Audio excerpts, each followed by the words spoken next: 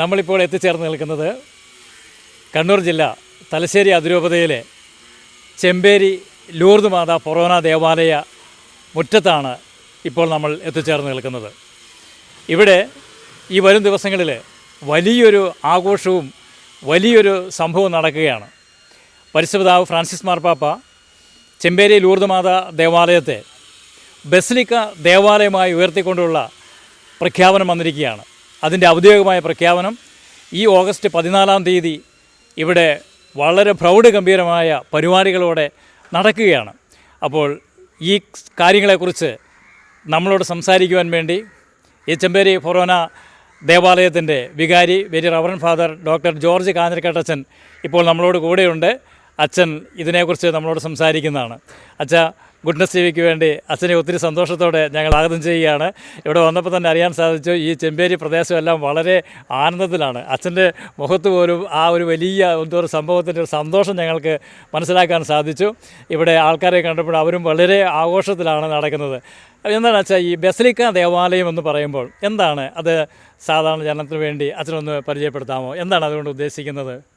Basilica ദേവാലയം എന്ന് ഉദ്ദേശിക്കുന്നത് കത്തോലിക്ക സഭയുടെ പരമാധ്യക്ഷൻ മാർപ്പാപ്പായ്ക്ക് ചില സ്ഥലങ്ങളിലെ പ്രത്യേക സാഹചര്യങ്ങളെ മനസ്സിലാക്കി അത് ബസിലിക്ക ദേവാലയമായിട്ട് ഉയർത്തുകയാണ്. എന്നുവെച്ചാൽ മാർപ്പാപ്പായോടുള്ള ബന്ധത്തെ ആഴപ്പെടുത്തുന്നതിനും സഭയുടെ പരമാധ്യക്ഷനായ മാർപ്പാപ്പായുമായിട്ടുള്ള അഗാധമായ ബന്ധവും സഭയുമായുള്ള ബന്ധത്തെ സൂചിപ്പിക്കാൻ വേണ്ടിയാണ് ബസിലിക്ക പദവി നൽകുന്നത്. ലോകത്ത് 4 മേജർ ബസിലിക്കകളുള്ളത്. അത് 4 റോമിലാണ് സ്ഥിതി ചെയ്യുന്നത്. ബാക്കി വരുന്ന ബസിലിക്കകൾ മൈനർ ബസിലിക്ക എന്നറിയപ്പെടുന്നത്. ചെമ്പേരിക്ക് പരിശുദ്ധ പിതാവ് നൽകിയിരിക്കുന്നത് മൈനർ ബസിലിക്ക എന്ന പദവിയിലേക്കാണ് മാർപ്പാപ്പ ഉയർത്തിയിരിക്കുന്നത്. അപ്പോൾ അച്ഛാ, ഇതിൻ്റെ ആഘോഷ പരിപാടികൾ 14 പറഞ്ഞല്ലോ. എന്തൊക്കെയാണ് ഇതിൻ്റെ പരിപാടികൾക്ക് വേണ്ടി ഇപ്പോൾ ഇവിടെ ഒരുക്കങ്ങളൊക്കെ നടന്നിരിക്കുന്നത്? പരിശുദ്ധ ലൂർദ് മാതാവിൻ്റെ പേരിലുള്ള ദേവാലയമാണ്. ആ ദേവാലയത്തെയാണ് പരിശുദ്ധ പിതാവ് ബസിലിക്ക പദവിയിലേക്ക് ഉയർത്തിയിരിക്കുന്നത്. അതുകൊണ്ട് തന്നെ ഏറ്റവും പരിശുദ്ധ ലൂർദ് മാതാ പരിശുദ്ധ കന്യകാമറിയത്തിൻ്റെ ഏറ്റവും പ്രധാനപ്പെട്ട തിരുനാളായ സ്വർഗാരോഹണ തിരുനാൾ അനുബന്ധിച്ചാണ് നമ്മുടെ ബസിലിക്കയിലേക്ക് ഈ ദേവാലയത്തെ ഉയർത്താൻ വേണ്ടി അഭിവന്യ മാർ ജോസഫ് പാമ്പ്ളാനി പിതാവ് അതിനെ രൂപവൽക്കരിച്ചിരിക്കുന്നത്. 11 ഞായറാഴ്ച, ഓഗസ്റ്റ് 11 ഞായറാഴ്ച നവീകരിച്ച ദേവാലയത്തെ അഭിവന്യ മാർ ജോസഫ് പാമ്പ്ളാനി പിതാവ് അതിനെ കുദാശ ചെയ്ത് സമർപ്പിക്കുകയാണ്. തുടർന്ന് 12 13 വിജിൽ ഡേ ആയിട്ട് നമ്മൾ ആഘോഷിക്കുകയാണ്. എന്ന് വെച്ചാൽ കൂടുതൽ പ്രാർത്ഥിക്കുവാനും തമ്പുരാൻ നന്ദി പറയാനുമുള്ള 2 ദിവസം ദൈവം നൽകുന്ന വലിയൊരു മഹത്വത്തിന് സാക്ഷികളാൻ പോവുകയാണ്. അപ്പം അതിനു മുമ്പായിട്ട് ഈ ഇടവകാ സമൂഹം എല്ലാവരും ഒരുങ്ങുന്ന നിമിഷത്തിലാണ് 2 ദിവസം 11 12 അങ്ങനെ 11 തിങ്കളാഴ്ചയും 12 ചൊവ്വാഴ്ചയും ആ ദിനങ്ങളായിട്ട് കാണുന്നു.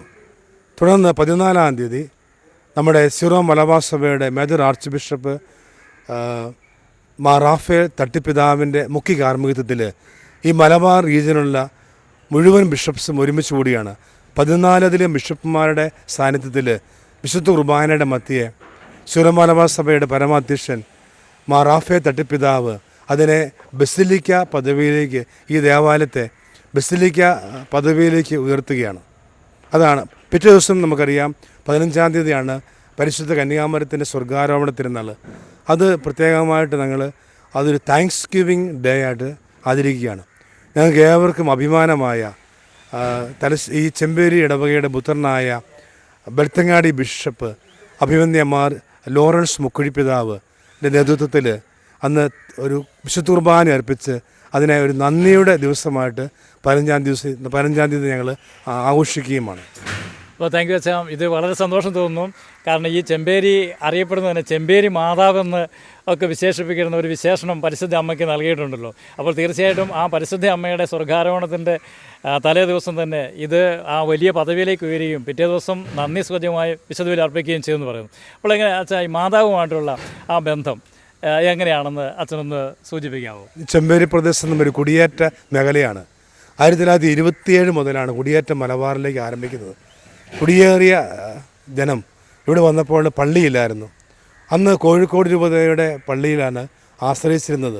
വായാട്ടുപറമ്പും അതുപോലെ തന്നെ മടമ്പത്തും ഉണ്ടായിരുന്നു. വിശുദ്ധ കുർബാന കാണാൻ വേണ്ടി ഒക്കെ പോയിരുന്നു. പക്ഷേ അവർ മലബാറിൽ കുടിയേറി പാർത്തപ്പോൾ അവരുടെ വിശ്വാസത്തിൻ്റെ ആഴങ്ങളൊന്നും നഷ്ടപ്പെടുത്തിയില്ല.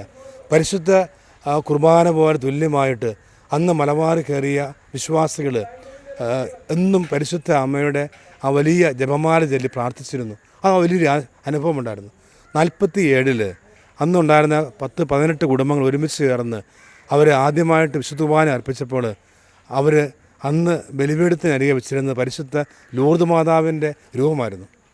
ആ രൂപത്തിൽ വെച്ചാണ് പിന്നീട് ഇതിനെ 1953 ഇടവക ദേവാലയമായി ഉയർത്തിയപ്പോൾ ആ ലൂർദ് മാതാവിൻ്റെ പേര് തന്നെ ഇട്ട് അന്ന് ആരംഭിച്ചതാണ് പരിശുദ്ധ അമ്മയോടുള്ള ഈ അഗാധമായ ഭക്തിയും ആദരവും.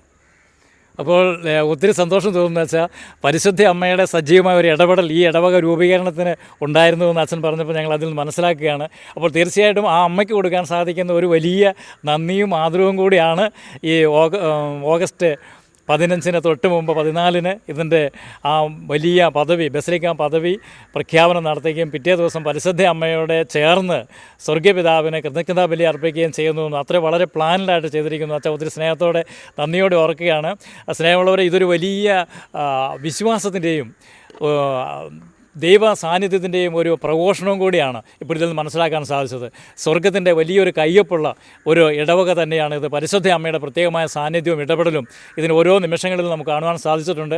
അപ്പോൾ തീർച്ചയായിട്ടും ഇതിന് ഭൗതികമായും അതോടൊപ്പം തന്നെ ആത്മീയമായ ഒരുക്കങ്ങളും ഇവിടെ നടന്നുകൊണ്ടിരിക്കുന്നുവെന്നാണ് ബഹുമാനപ്പെട്ട അച്ഛനിൽ നിന്ന് നമുക്ക് മനസ്സിലാക്കാൻ സാധിച്ചത്. തീർച്ചയായിട്ടും ആ 14-ാം തീയതി ഈ ദേവാലയം ബസിലിക്ക ദേവാലയമായി ഉയർത്തപ്പെടുന്ന ആ മഹനീയ സാന്നിധ്യത്തിലേക്ക് എല്ലാവരെയും ഒത്തിരി സ്നേഹത്തോടെ ക്ഷണിക്കുന്നു. അതോടൊപ്പം തന്നെ ഗുഡ്നസ് TV പ്രേക്ഷകർക്ക് ഒരു വലിയ സന്തോഷത്തിൻ്റെ സദ്വാർത്ത കൂടെ ഞങ്ങൾ അറിയിക്കുകയാണ്. 11, 14, 15 തീയതികളിലെ മുഴുവൻ പ്രോഗ്രാമും തത്സമയം നിങ്ങൾക്ക് കാണുവാനുള്ള സൗകര്യം ഗുഡ്നസ് TV ഒരുക്കുന്നുണ്ട്. അപ്പോൾ തീർച്ചയായിട്ടും നിങ്ങൾക്കിത് ഇവിടെ എത്തിച്ചേരാൻ പറ്റാത്തവർക്ക് ഭവനങ്ങളിലിരുന്ന് കാണുവാനുള്ള അവസരമുണ്ട്. ആ ഭാഗ്യനിമിഷവും നമ്മൾ ഒരുക്കുന്നതായിരിക്കുമെന്നുകൂടെ അറിയിക്കുന്നു. ഗുഡ്നസ് TVക്ക് വേണ്ടി ക്യാമറാമാൻ ജോൺസണോടൊപ്പം ബേബി, കണ്ണൂർ.